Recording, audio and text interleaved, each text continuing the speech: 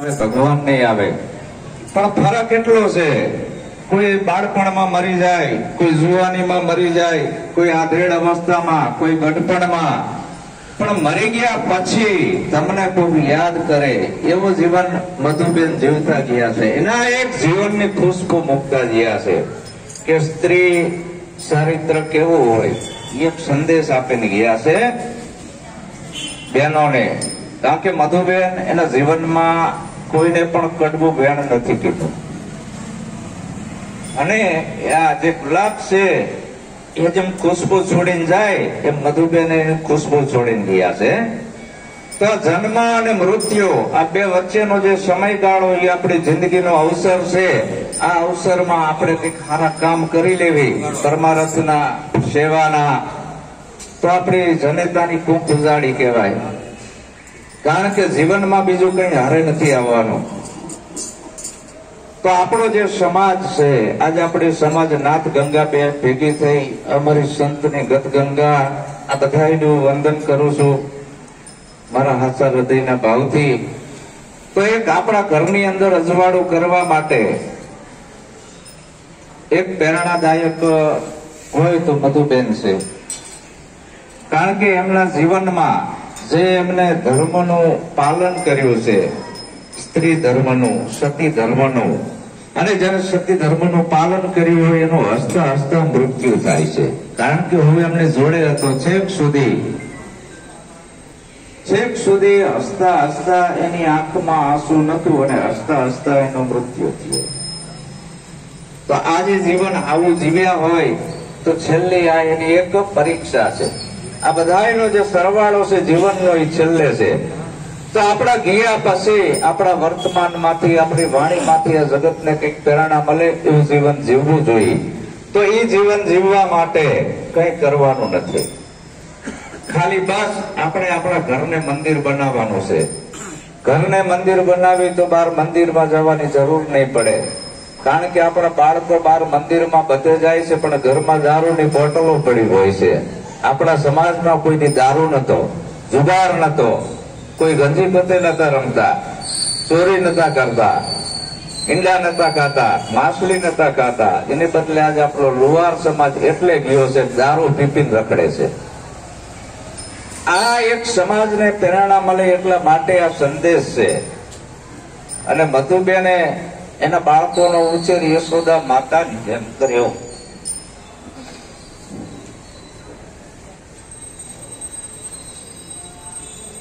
તો આપણા સમાજમાંથી આ દૂષણો કાઢવાના છે. આપણા દીકરા ક્યાં જાય છે, બેટા આમાંય તો તારા મોઢામાં શેની વાસ આવે છે? તો જો દારૂની વાસ આવતી હોય તો સમજી લેવાનું કે આપણામાં હજી ખામી છે. આપણે ભક્તિ કઈક બીજી રાહ ઉપર ખોટી રાહે ચડી ગયા છીએ. તો દારૂ, જુગાર, ચોરી, ઝારી, જીવિસા, માંસ મછલી આ આપણા ઘરમાં ના હોવું જોઈએ, આપણા બાળકોમાં ના હોવું જોઈએ. કારણ કે આ બધું મને હમણાં ઘણું જોવા મળ્યું હતું. ઘણાના મોઢા ગંધાતા હતા. એટલે મેં કીધું આ હવે પતનનો આરો છે આપણા લુહાર સમાજનો. બધા ભક્તિ તો કરે છે, પણ કેવી? હવે આ મધુમાં જતા રહ્યા, પાછા આવવાના નથી. એની પાછળ ગમે એટલી તમે કર્મકાંડ કરો, વિધિ કરો, વિધાન કરો, એને ભોગતું નથી. જીવતા તમે એને સેવા જે કરી, માંદા હતા ત્યારે એને ફ્રૂટ ખવડાવ્યું, પાણી પીવડાવ્યું, એને બોલાયા, ફેરી, એ આપણી એક કમાણી છે. હવે તો આ એક એની નિશાની યાદ છે કે મધુબેન આવા હતા. પણ જેને જોયા અને જાણ્યા, સેવા કરી, એની બલિહારી છે. તો આપણે આપણા બાળકોમાં આ દૂષણો આપણા ઘરની અંદર ના હોવા જોઈએ. લુહાર સમાજની અંદર દારૂ ના હોવો જોઈએ. આપણા છોકરાઓ દારૂડિયાનો સોબત ના કરતા હોવા જોઈએ, જુગારિયાની ના કરતા હોવા જોઈએ, ચોરની ના કરતા હોવા જોઈએ, જીવિસા, પાપીઓ માણસોની સોબત ના કરતા હોવા જોઈએ. તો આ દૂષણો કાઢવા માટે આજે એક આપણે સંકલ્પ લેવાનો છે. તો આપણે મધુમાં છે એને સદગતિ મળે તો આવા સંકલ્પ લેવાના છે. આપણે બધા સંકલ્પ કેવા લેવી છે? મેં તો બાલની બાધા રાખી છે, દાઢીની બાધા રાખી છે, કાંઈ એમાં કરવું પડે નહીં. કાં તો કે મેં દૂધની બાધા રાખી છે. પણ આવો સંકલ્પ જો આપણો સમાજ લેશે તો ઉન્નતિ અને ક્રાંતિ તરફ વળશે. તો આજ નવી પેઢીએ એવો સંકલ્પ લેવો પડે કે આજથી હું દારૂ નહીં પીવું, જુગાર નહીં રમવું, ચોરી નહીં કરું, જારી નહીં કરું, જીવ હિંસા માંસાહાર નહીં કરું. આવા સંકલ્પો જો જીવનમાં લેશો તો તમારે બાધા રાખવાની જરૂર નહીં પડે અને આખી દુનિયામાં તમારા નામના ડંકા વાગશે. તો આ જીવન જીવતા મને મારા માતા પિતાએ શીખડાયું. મારા મા બાપાએ કીધું, બેટા આપણે સદગુરુના દ્વારે જા, બીજે ના જઈશ. હવે ગુરુ પાસે જીવો તાણે મને આટલું જ્ઞાન થયું છે. અને અત્યારે એક સમાજ નહીં 18 વર્ણમાં મારે જવાનું થાય છે. અને એવા એવા માણસો હોય છે.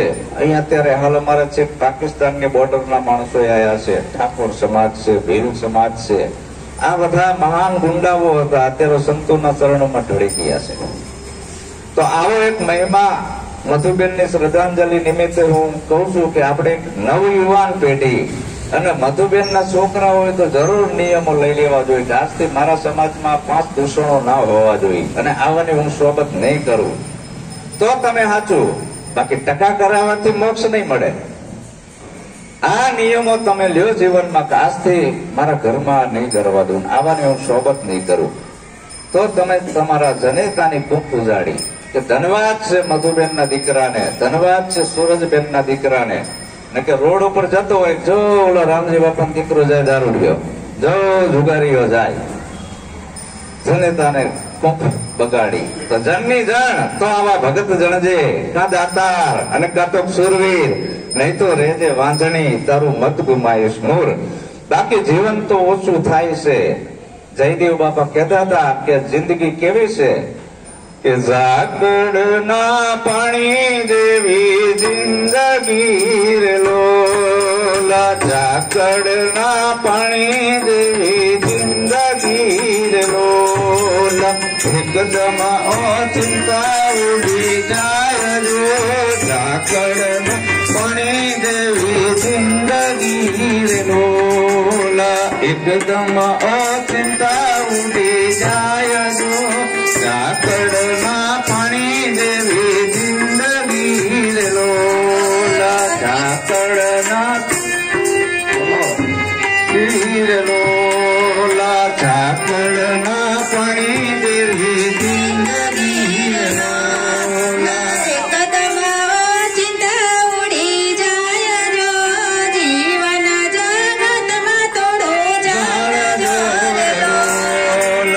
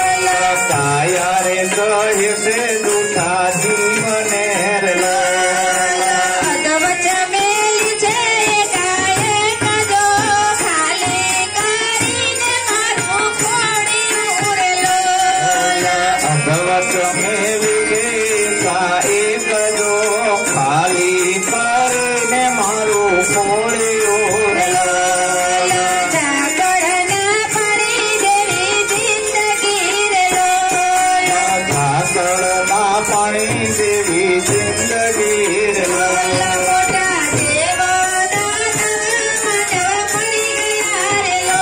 મોટા દેવ દાનવ માનવ મરી ગયા રે એના ખાલી કાળા છે ખંડેર જો, કાયમ રહેવું નથી કોઈને લો.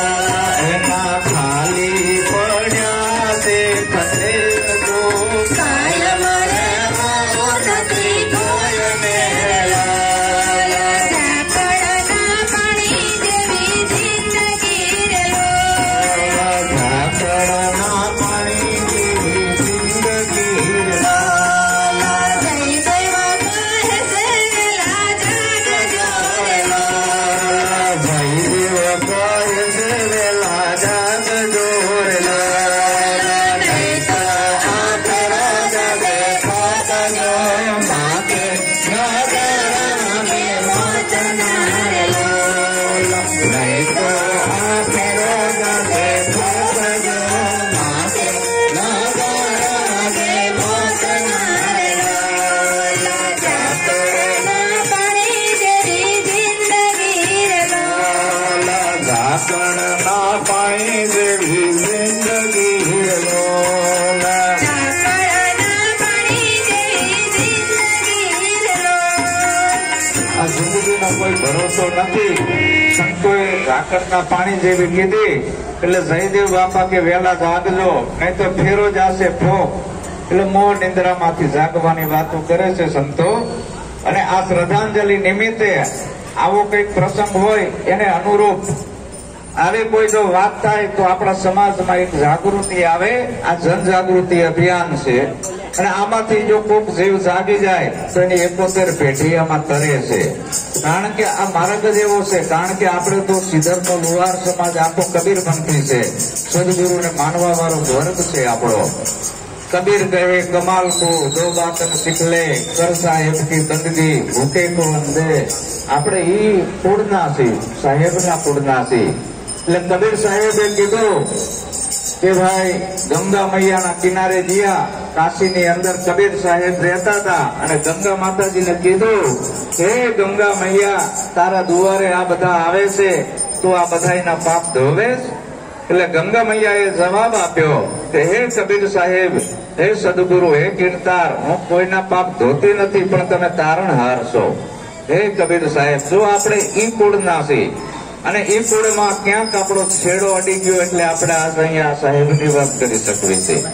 તો આપણા માતા પિતાએ આપણાને આપણા ગુરુદ્વાર બતાવ્યો એટલે તો એ ગંગા મૈયા કે હું કોઈના એ પાપ નથી લેતી અને જે જેવો કર્મ કરે એવી એને ગતિ થાય છે. હા, અને આ ધર્માદામાં અમારા કેવળભાઈ આપે છે ને આ કોઈ અમારે કઈ લેવાના નથી ને એના સ્વેચ્છાએ ત્યાં દાન આપ્યું છે ધર્માદામાં. એટલે આ કોઈ બાળકોને કટુક ભોજનમાં વપરાશે. તો હે ગંગા મૈયા આ તારા અહીંયા પાપ ધોવા આવે એ તું ક્યાં નાખે? मैं तुझे पूछू गंगा मैया, तोरे सब ये दुनिया आता, तुझ में नावे तुझ में धोवे, इसका पाप तो किस पे खोवे. तो गंगा मैया के हे कबीर साहेब, सुनो कबीर साहेब, હું ગંગા બોલું છું કે આ અંધી દુનિયા તીરથ આવે, મુझ में નાવે મુझ में ધોવે, મુંડ મુંડાવે ભાંડ હોઈ જાવે, જીવત પિતા કો મારે ડંડા, मुआ पसी हड पहुंचाड़े गंगा, डाप की सली फसली में पानी, मुवे बाप की करे मिजमानी, भरे लौंदा नाके आगा, पुत्र के राज में पिता भये कागा. आज આપણા લુહાર સમાજમાં એવી પરિસ્થિતિ છે, જીવતા બાળકો એના મા બાપને ગાળો દેતા હોય, રોડ ઉપર મારતા હોય છે. મેં નજરે જોયેલ છે આવા કિસ્સા ચાંદોડિયાની અંદર. અને તરી જાય એટલે એના હેટકા ગંગાજીએ પધરાવા જાય છે. એટલે કે જીવત પિતા કો મારે ડંડા, જીવતા મા બાપની સેવા નથી કરતા અને મોવા પછી હાડકા મારામાં પધરાવા આવે છે. જો આપણો સમાજ ક્યાં છે? અને આપણા સાહેબે આ વાત કરી કે જીવતા ભગવાન કોણ છે? આપણા માતા પિતા, બીજા ગુરુ મહારાજ અને ત્રીજા અલગ ધણી. તો આ આપણે એક મધુમાની શ્રદ્ધાંજલિ નિમિત્તે આપણે ભેગા થયા છે. મારા અંતઃકરણના આખો અંદરથી હું શુભકામના પાઠવું છું. તમે બધાએ મને સાંભળ્યો. બોલો સદગુરુ મહારાજ એક ભજન બોલશે, બધા એક એક ભજન ની પુષ્પાંજલિ અર્પણ કરો, વધારે નહીં. મારી બહેનો